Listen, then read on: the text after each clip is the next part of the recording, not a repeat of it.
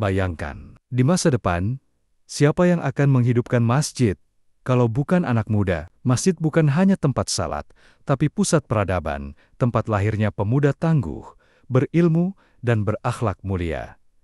Inilah rahasia besar. Bagaimana masjid mampu mencetak generasi muda pemakmur masjid, penerus umat, dan penjaga peradaban Islam?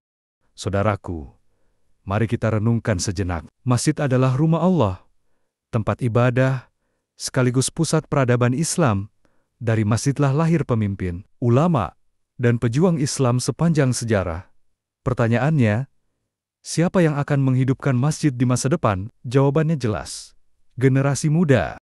Ketika Rasulullah hijrah ke Madinah, yang pertama beliau bangun bukan pasar, bukan benteng, tapi masjid. Dari Masjid Nabawi, Islam menyebar, ilmu berkembang, strategi dakwah dan perjuangan disusun. Masjid bukan hanya tempat salat, tapi jantung umat Islam.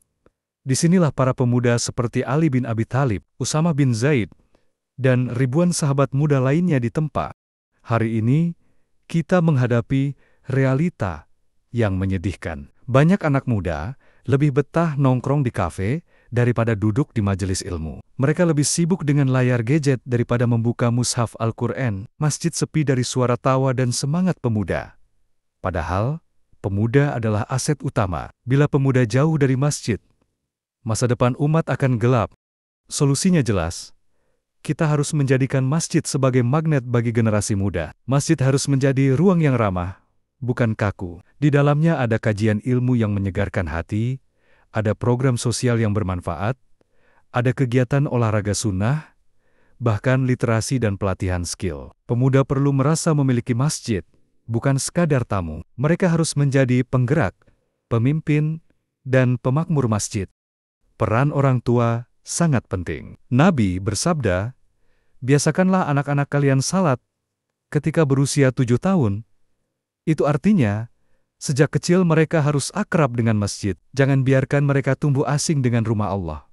Masyarakat pun harus mendukung. Jangan mengusir anak muda dari masjid hanya karena dianggap ribut. Sebaliknya, rangkul."